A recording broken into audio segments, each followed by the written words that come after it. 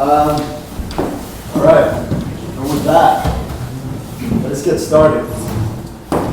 Who knows what today's topic is supposed to be? Anyone? Who knows? Finding truth in Christ.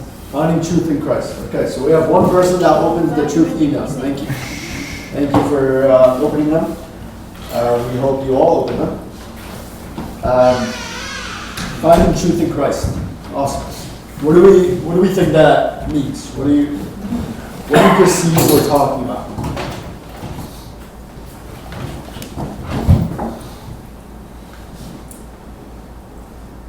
Bimbo, what do you think? What do you think that means? I didn't hear the question. Okay. Nice. Finding truth in Christ. I know when you walked out, when you came in, we were talking about finding truth in Christ. He didn't actually go anywhere. He was actually sitting right there. All right. Rocky start. What do you think? What does that mean? Finding truth in Christ. What do you perceive we're going to talk? That's all I'm here to find out. All right, good stuff. Can Anyone have a else? lot of different meanings. Huh? Can have a lot of different It meanings. could. Exactly. Are We're you gonna. finding your truth, his truth, like which truth? Objective truth. I like that. Objective truth. Christ himself said that he is the truth. Yeah. So it's not like we go to Christ to find out what the truth is, but we go to Christ because we find out the truth in him. All right, so meeting's over. Thank you, Joe. God bless you. I'm never going to call on you again. I guess let's start off by asking where we are. Where are we now? Okay? Where are we now as a society? Is there a such thing as truth right now? In our society, do we believe in truth as a society? Not as a religion, as a society, do we believe in truth? Not really. No. Not really. Why? Why do you say that? So if you if people accept multiple religions to be true, then that just defeats the purpose of something being true. Okay. And that's yeah. Okay. And Yes. that's what our society now thinks. Okay, so we hear sometimes that, all these major religions are all leading to what? The truth, right? We hear that sometimes.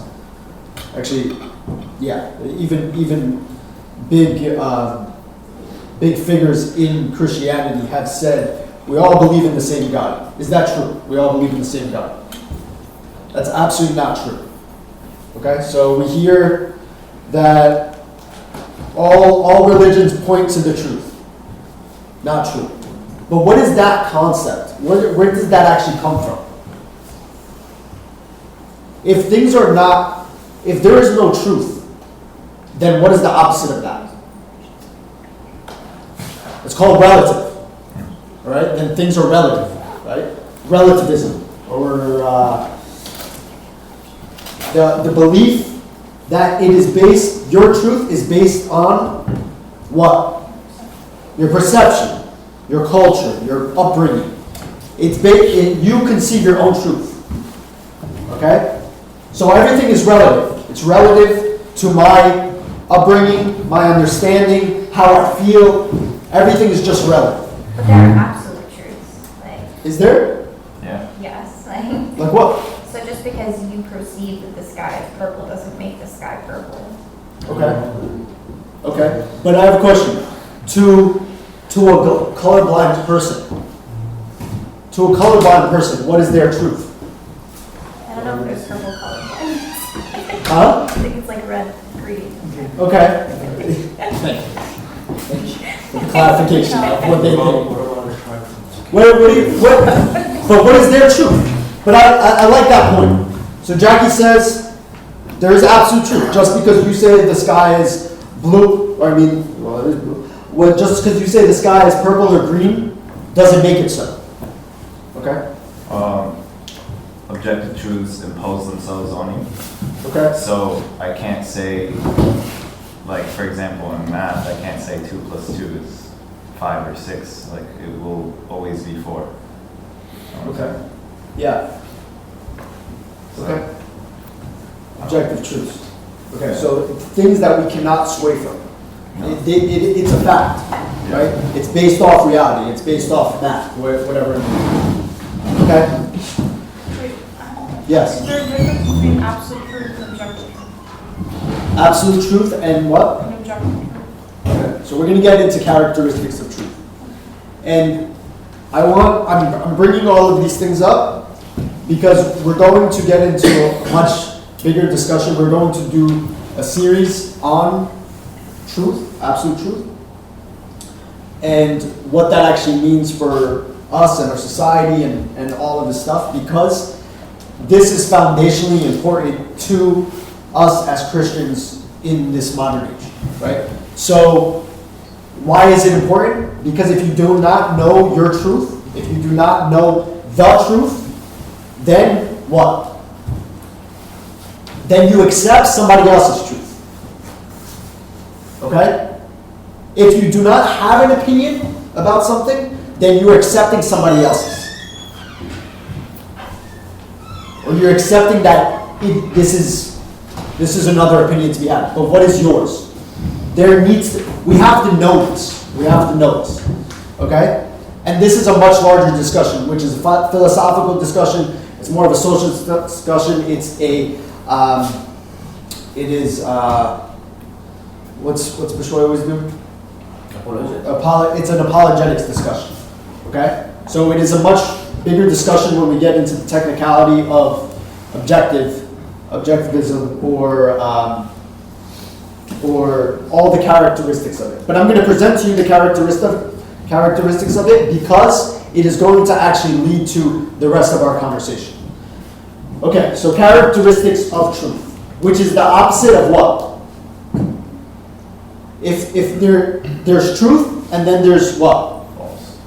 Okay, everything that is not truth, it is contradictory to the truth. So it is either false, it's a lie, or it's just relative, right? It's based off your own happenstance, your own environment, your own thinking.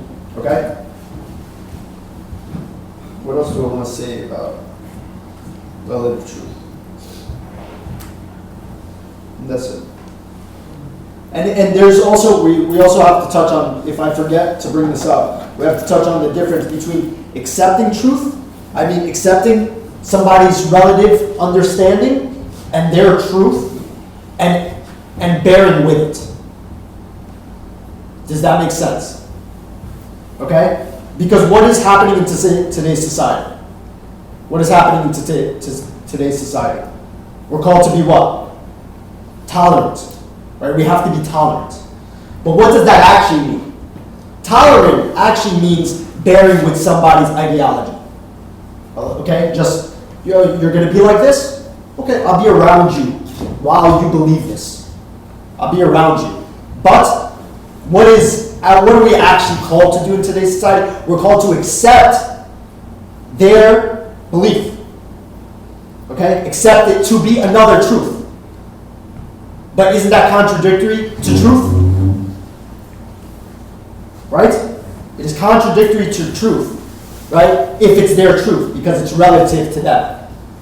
And back to Jackie's point, there is an absolute truth. So just to save you, the time, there is an absolute truth. Okay? And it's based on one absolute truth. Okay? That makes sense? Did I lose anybody? We're good? All right. So we need to discuss bearing with it, and we need to discuss actually agreeing with it. Okay, characteristics of truth. Anthony mentioned one of them, objective. Okay, objective. And I'm going to send you the specific link after this where you can read all of these characteristics. Okay, so I'm not making this up. Okay, they come from actual books that have been written. They are based on philosophy, but also this is a Christian belief. Okay, so let's not get this twisted. Objective is not dependent on any person's desires, beliefs, or emotions. Truth is not subject to man's control, determination, or veto. No one gets to decide what is truth if it is not subjective to a man. Okay? Meaning you are not just allowed to pick what you believe to be true and not to be true. Okay? You can't say that 2 plus 2 does not equal 4 because I decided it doesn't. Okay? So it's objective, right? It's not based on feeling. It's absolute. Okay? Another characteristic. It's absolute. When something is absolute, it means that it is not dependent upon anything else. It's constant. It's been there. It's established. It doesn't depend on anything else. Okay? Truth is absolute, not relative, so truth does not depend on people recognizing it for it to exist to be true. Meaning, just because you don't believe the sky is blue does not mean the sky is not blue. So you don't have to recognize it. So when we go back to if somebody is colorblind, okay, they only see black and white, right, and gray. Okay, they only see shades. Does that mean the sky is not blue?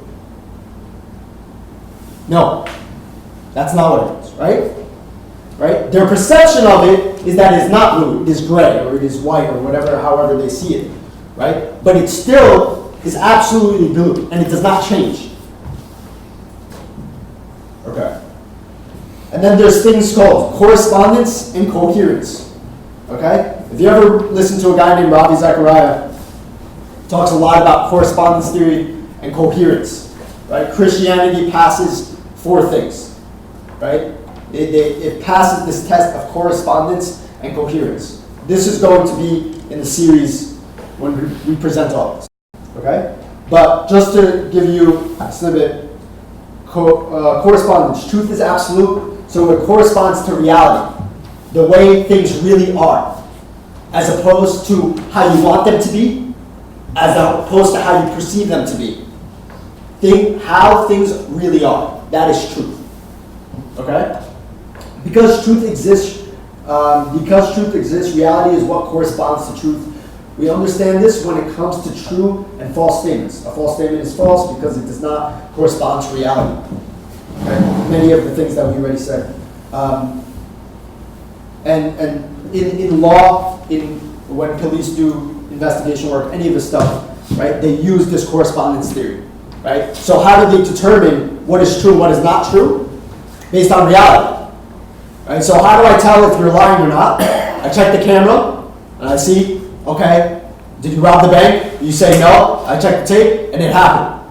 Maybe you convince yourself that it didn't, but it still did. Okay? So it's based on reality. And coherence, internal cohesion and consistency. Truth cannot contradict itself internally or externally. All right? So why is that important? Coherence. When do we get into the concept of contradiction? So many people say that science contradicts religion. Many people say that science contradicts religion.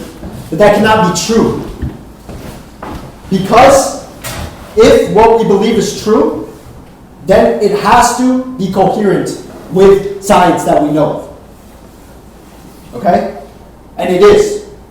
Right? So we talk a lot about evolution. If you're in the apologetics class or a lot of the lectures we give, we show that a lot of what we study in evolution, it does not contradict what we actually believe. Okay? Some of it does.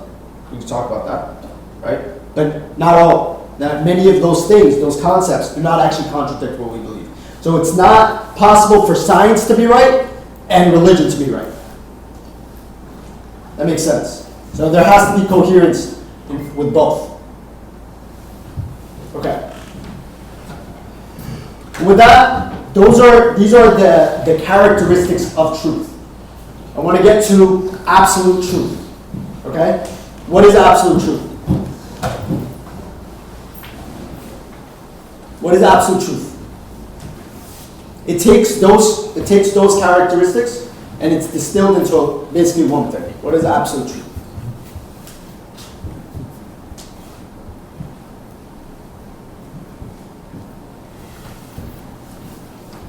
Yeah. Is it constant? It's constant. But you're explaining characteristics of it. It is absolutely true for the entire universe, whether you acknowledge it or not. Okay? And what comes from that? Morality comes from that. Right? Morality comes from that. What we believe good and evil. What are the implications of absolute truth? Right? What is good? What is wrong? What is good? What is evil? What is right? What is wrong? Law comes from this, right? A lot of this stuff comes from this concept of absolute truth, right? For you to have a moral compass, moral code, this had to have stemmed from something. Okay? So if it stemmed from something, there had to be an origin for where all this stuff stems from. That makes sense. Does anybody think differently? Anyway. Does that make sense? Is anybody confused? And why is this very important? Is because if we do not have an absolute truth, then there is no moral compass anymore. There is no guide. Right? Then it is up to your own devices to feel however you want to feel, act however you want to act, do whatever you want to do, and it's okay. But where... So what's wrong with that? Okay. What's wrong with it? As long as I'm not hurting someone else. Let me believe whatever I want to believe. As long as I'm not hurting you. Okay. What's wrong with that? Because ultimately, yeah. It doesn't correspond with reality. The reason why you can't just do that, in reality, if everybody acts in their own best interest, we attempt to get in each other's way. And so it's not always the best thing to do. Like there are better ways, there are more ways to be efficient. And we've known there are ways to do that. So even if you are acting in your best interest and sure you're not hurting anybody, you're not expensing utils or like taking on a utilitarian approach, it still doesn't act in the best interest. It's not for the greater good. Like it doesn't improve anything. Am I making sense? Yes, you are making sense. Because at the end of the day, to Anthony's point, you will, if everybody's acting in their best interest, then your best interest will collide with my best interest, and then what happens then?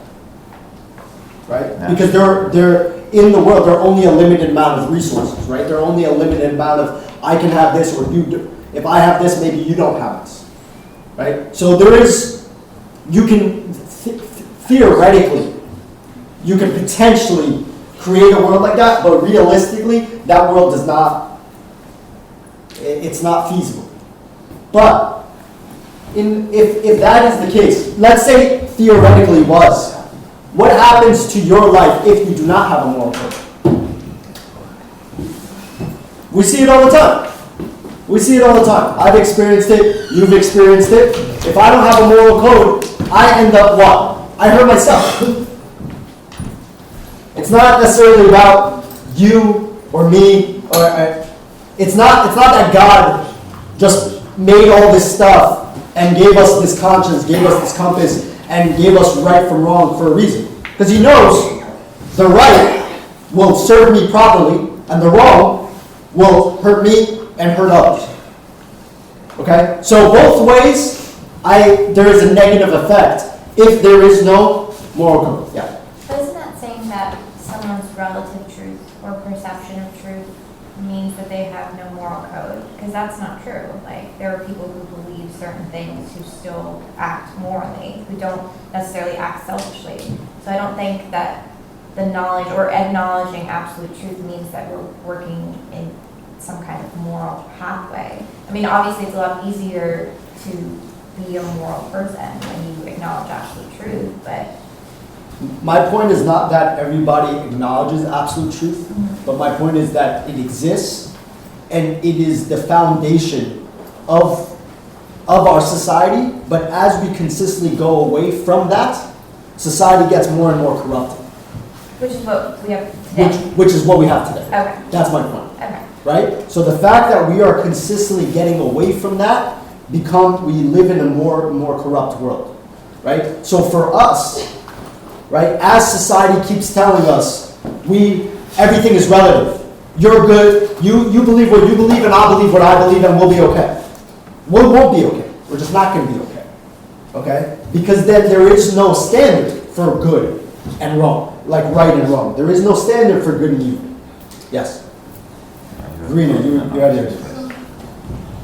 Yes. But the thing is, we can observe that everybody has some sort of, like we all compare like an objective moral truth. Like we all have it in us. Like it doesn't matter which culture we're in. Like we all agree on very specific things. Like you probably shouldn't kill somebody. You probably No, shouldn't you beat don't. your family. You don't. Like, there are things. No. But so here's the thing, right? If you're growing up, whatever, Syria, any of these countries where people are blowing themselves up, that is their truth, right? Their truth, right? But if there is no absolute truth, then that is okay.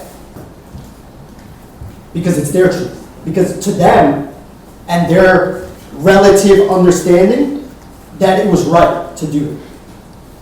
But what makes it wrong? What makes them wrong? Because you told them they're wrong? Or because there is an actual standard that was set from the beginning? Yeah. So your point is that that standard is governed by absolute truth. Yes. Okay.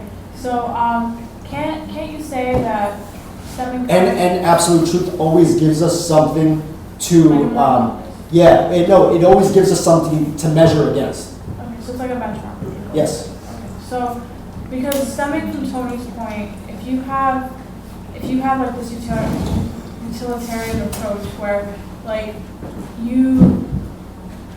you're trying to like maximize the best interest for everyone, then why can't it be that laws are governed? Because like nowadays, like there's a reason why there's like Congresses and Senates, whatever, because it's like laws are not black and white, right? And I Yeah. guess that was your point that like the world will become more corrupted. But Yeah. if it comes down to that, like the creation of laws being a way for just like to protect the best interests of the people. So it's like two people they clash together, Yeah. and then to optimize the best interest for both, then you create this law. Like, why does it have to be that? Why does it have to be like? Because you're arguing that like absolute truth is from like the law is stemming from the absolute truth. But Yeah. why can't the law be stemming from the trying to govern based off of like the self-interest or Yeah, like of the the people? greater good? Yeah. Of the people. Because he's saying that good is defined by absolute truth. Like, it's Because- not that there's a greater good. There is good and evil, and those things are defined by one law. Like, Or like just like a bigger outcome or like a more Because- positive outcome. so listen, I think it's a bigger conversation, but what I would say about that is that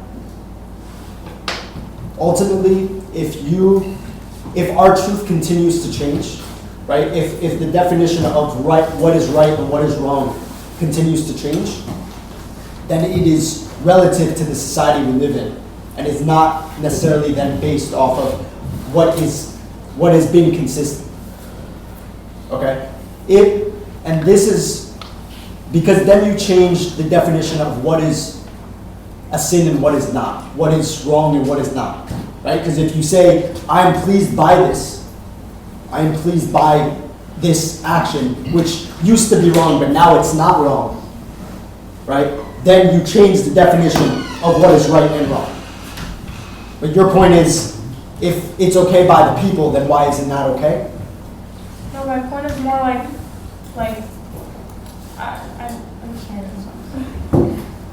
Let's yeah. want to talk, yeah.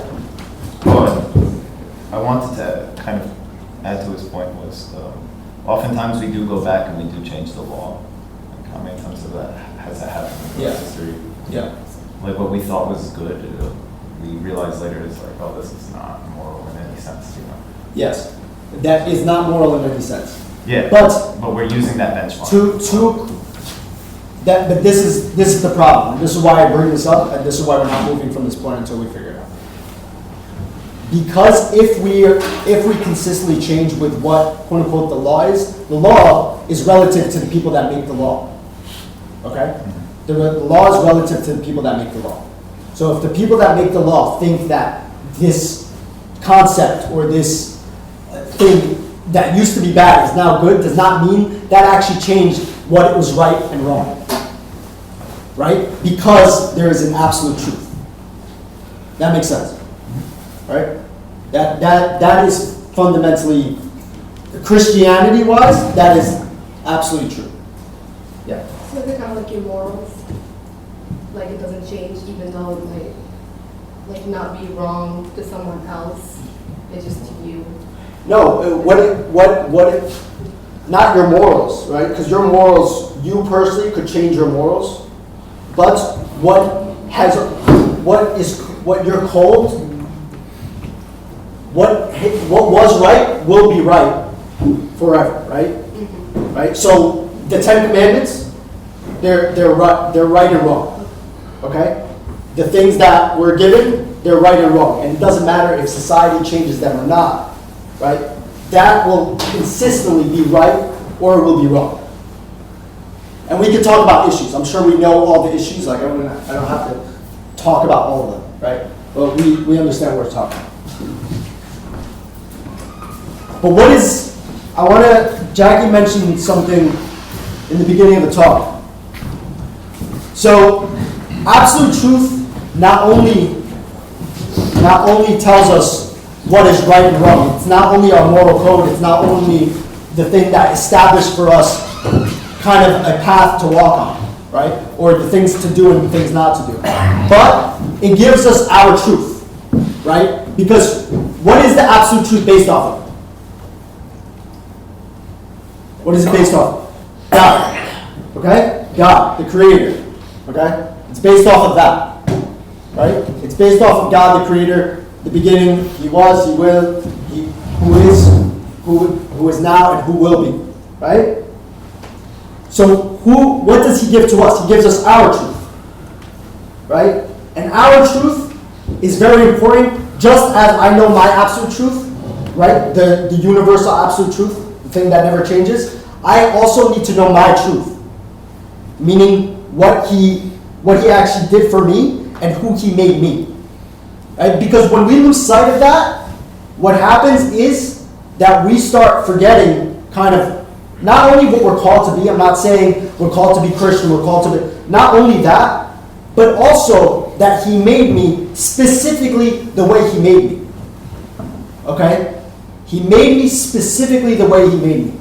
Right? And if society tells us this is relative and this is relative, right, that also starts planting seeds of I need to change. I need to be different. I need to be a different way. Right? I don't know my truth, so I'm going to be somebody else's truth. I want to be Mina's truth. I want to be Anthony's truth. I want to be them because I'm not good enough. Or I just, I need to be a little different. But I need to know my truth so I'm able to understand His truth. Right? I need to understand His truth to know my truth, to be able to do what? To tell the truth. That makes sense? I need to understand the truth, to know my truth, to tell the truth. Okay? Because if I do not know that, then everything that I'm saying is easily manipulated. I'm easily swayed by everything around me, by the perception of others, by the relativism of others. Right? And I'm not just talking about this is a sin, this is not. I think drinking's cool, it's okay. Being gay is okay, it's not okay. I'm not just talking about that, but I'm talking about how people are perceiving me now actually make me question myself. Right? Or the world tells me that, you know what, man, you didn't make it to this point. You didn't get here yet. So you are not worthy. You're not good enough. You're not, you don't look a certain way, so you are not as good as this person. Or you're not as worthy as this person. Or you don't have this many fans, so you're not whatever. But what is the actual truth about us? What is the actual truth about us? Tell me something factual about you.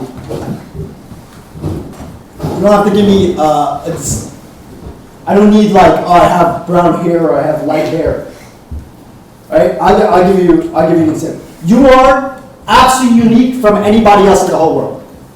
Right? You are absolutely unique from anybody else in the entire world.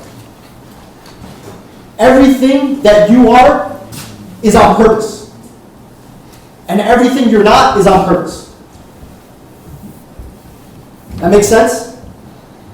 Because a lot of time we think, at least I think, I'm like, you know what, man, like if I had this or that, you know, my life would be completely different. Or my life would be so much better. I always just say, like, man, if I was just 2 inches taller, I would kill it. Like, I would just, in everything, I would just kill it. It's all alive, man. Yeah, exactly. I needed to be 5 inches tall to kill it. But these are, but why do I say that to myself? Or why did I say that to myself? Right? And I replaced that 2 inches tall with like a bunch of other things. If I just, did this, if I did this at work, or if I started this thing, I would be blah, blah, blah. And all these ideas stem from the fact that I forget that everything about me is on purpose. Every single thing about me is on purpose. And what does that hinder us from? I guess, this blockade between me and the real me stops me from actually fulfilling what he made me for. Right? So he made me a specific way to do a specific thing, and I'm stopped by that because I'm trying to be something that I'm not, or something somebody else is.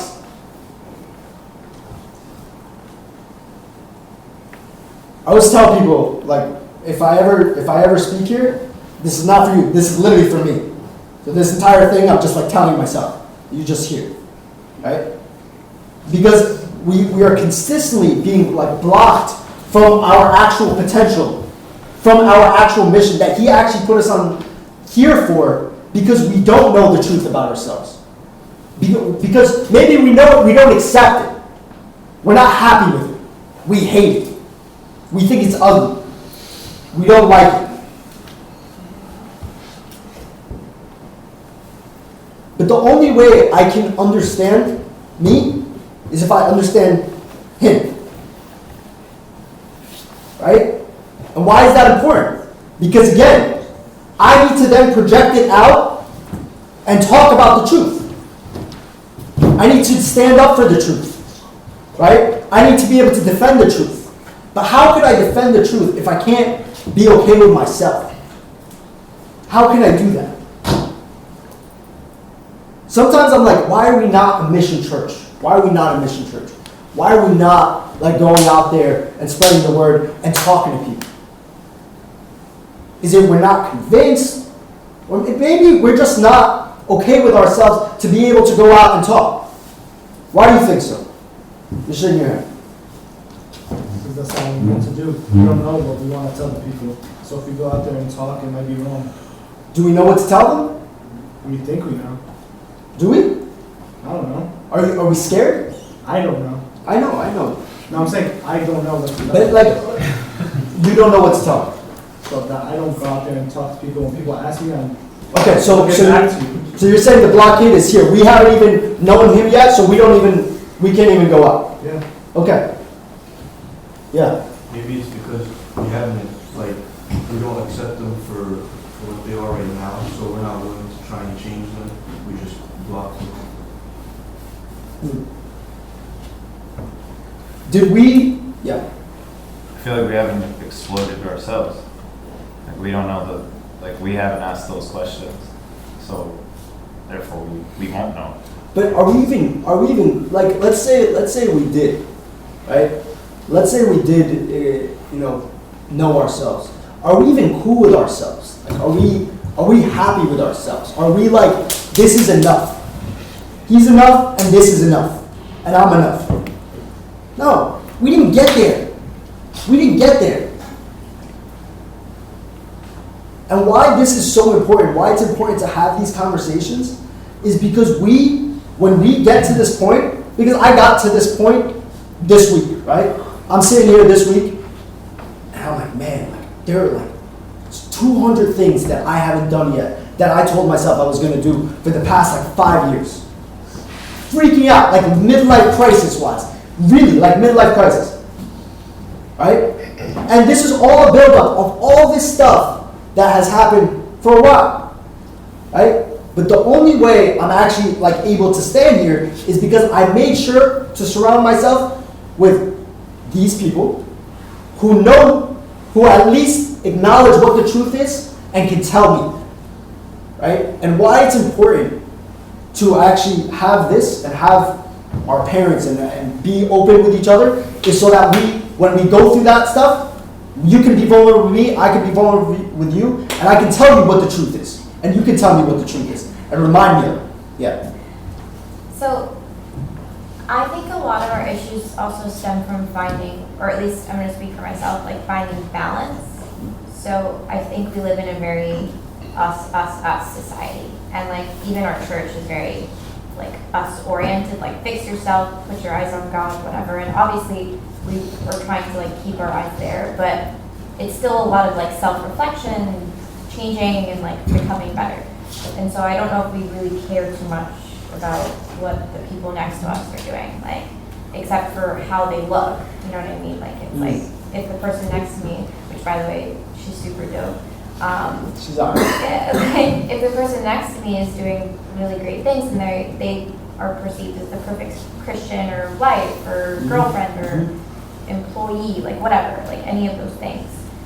I don't know if like we know how to balance, like how do I care about everybody else, care about myself, care about God, do all these things, finish my 200 lists.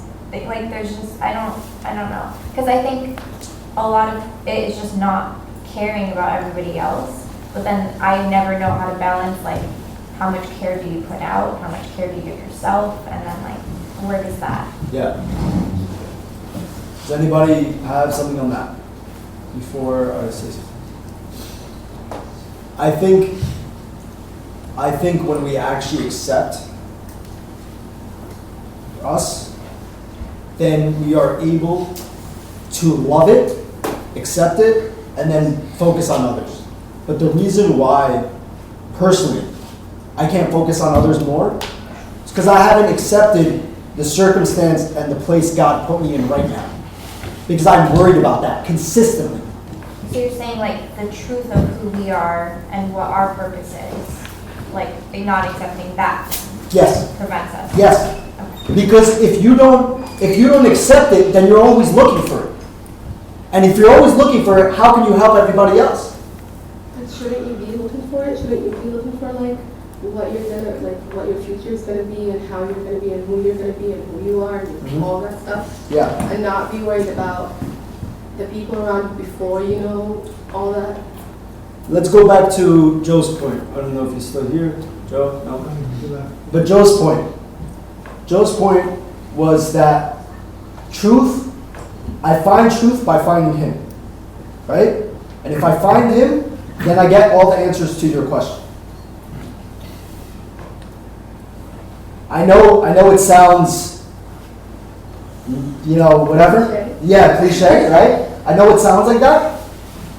But if I actually found him, then I would accept where I am because of him, who I am because of him, and I would be okay with it. This doesn't mean, by the way, this doesn't mean we stop going after things and working. I'm not telling you any of that. Mm-hmm. I'm not telling you any of that. But as you strive, accept results, right? And strive, work at things, no problem. But as you start receiving answers, be okay with it. Accept it, right? Because that's what he's giving you right now, right? You want to strive for better, strive for better. But if you're getting answers for whatever it is, then you have to accept it. And I tell myself that first, as I told you about my midlife crisis, right? Does that answer your initial question?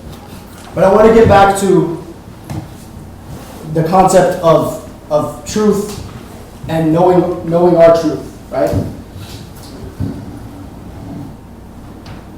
And standing for the truth.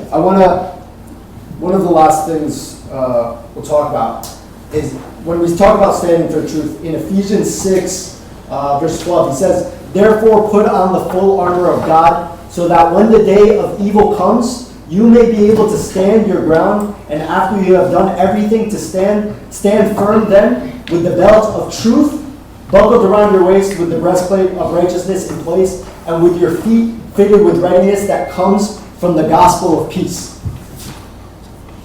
He says, with the belt of truth buckled around your waist.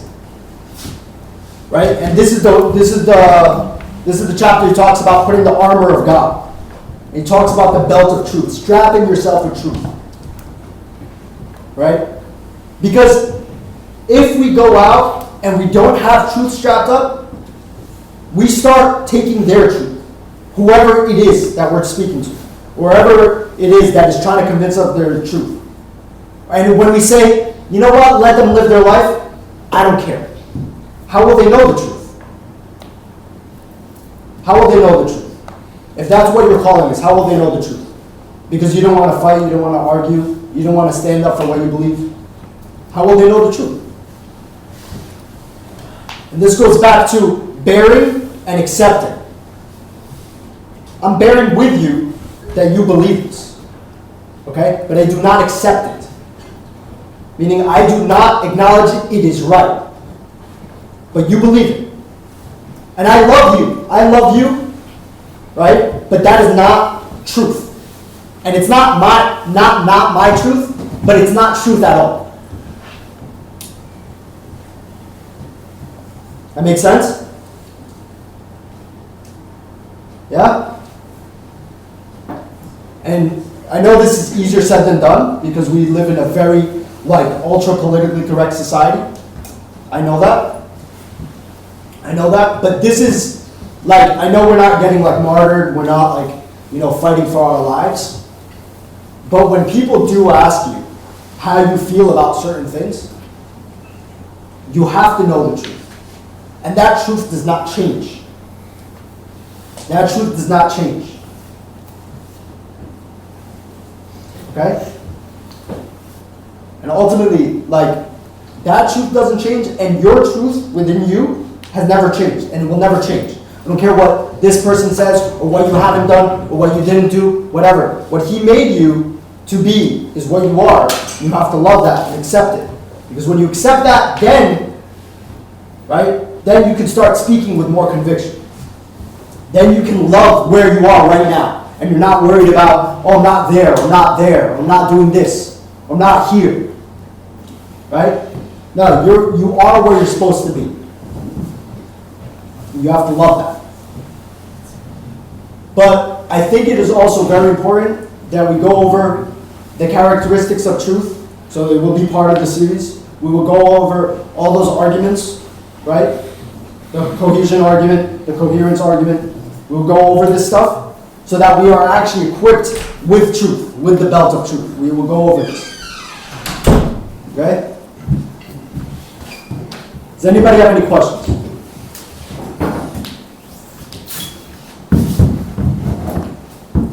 So when you say that, sorry, just play No, devil's please. advocate. So if I tell someone, this is an absolute truth, right? And it's based on what I know to be an absolute truth, but they can still refute it as an absolute truth. They're not, it's not like if I go to a Muslim tomorrow and I'm nah, dude, Christ is the only God, and you can be okay. Right. Whatever you feel, that's true. That's your truth. I have my truth. Yeah. They're not acknowledging that it's absolute truth. So, they're going to be okay, well, how can you really tell what absolute truth is? Who came up with absolute truth? No. Yes. So, forgot where I read this, but if you're coming, let's just say two people having a conversation, one's Christian, one's Muslim, and they're just pointing out, their beliefs. Their core beliefs, like the Bible and the Quran, are inherently contradictory, so they can't both be true. The only two options are one is true or they're both false. So, and I think both the Christian and the Muslim know that. And that's why the Christian thinks they're right, and they're saying the Muslim's wrong, that's why the Muslim thinks they're right and knows they're wrong. And that's not a one-day thing, but it's going to be a lifetime journey for either person to come to a conclusion of what the truth actually is. But I think the point here is that they can't both be true because they have inherent contradictory things, contradictory claims. Exactly. Yeah, but I believe that and you believe that. But I just think in order to have those kind of conversations with people, like you have to come from a place of I'm willing to change what I perceive as truth and acknowledge that there is an absolute truth. But that's not always what we're going to find in today's society. Like, Agreed. So here's two things that Mina said that are very important. One, Christianity is not the only major religion that has this exclusivity to truth, right? All major religions believe that they are the only truth. Okay? So Islam, Christianity, Judaism, they all believe that they are the only truth. So that means if they are right, we are wrong. If we are right, they are wrong. All of that stuff. That's absolutely true. Okay? That's one. Two, one second. Two, the point of absolute truth is not to win a debate. It is to be convicted in what is right and what is wrong and making sure that never changes. Okay? Because as we are moving in society, if this is truth, right? Society was here and now we keep moving farther. Right? Because of people are just, everything's based off my relative belief, your relative belief, my relative understanding of truth, whatever. Right? So people are making up their own truth. Right? That is changing what is right and what is wrong. But that has never changed. Understand? When God laid the foundation for what is right and what is wrong with the commandments, with the Bible, all of this stuff, that does not, so it does not change what is right and what is wrong. Okay? That's the point of absolute truth. It's not to win a debate, but it's for you to know that no matter where society goes, truth does not change.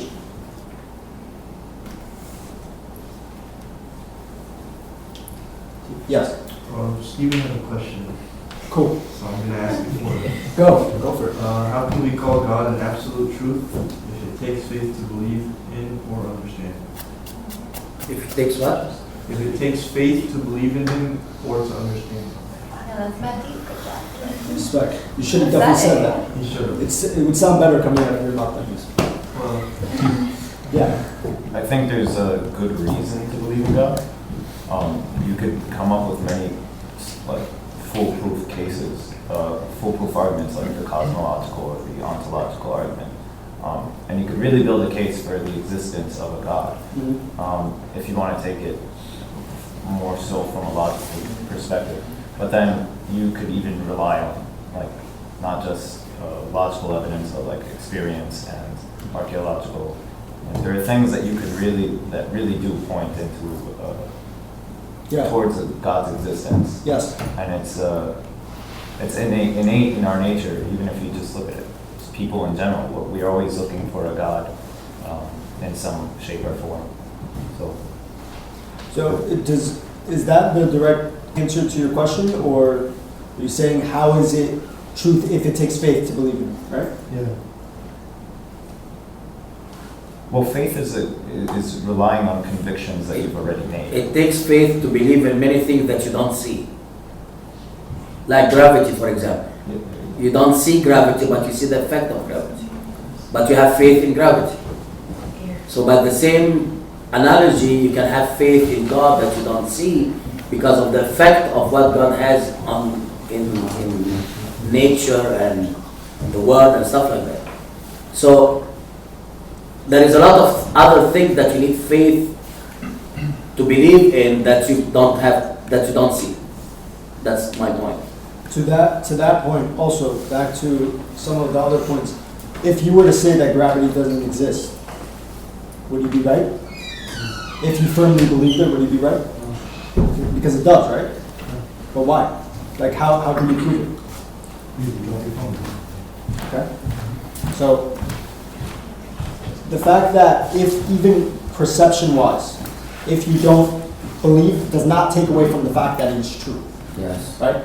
And if you want all those arguments that he was just mentioned, I can give it to you in like a PowerPoint. And we'll present it here. That's not a problem also. But the fact that it takes faith to believe in God does not mean that, one, we can't prove God's existence or very close to prove God's existence.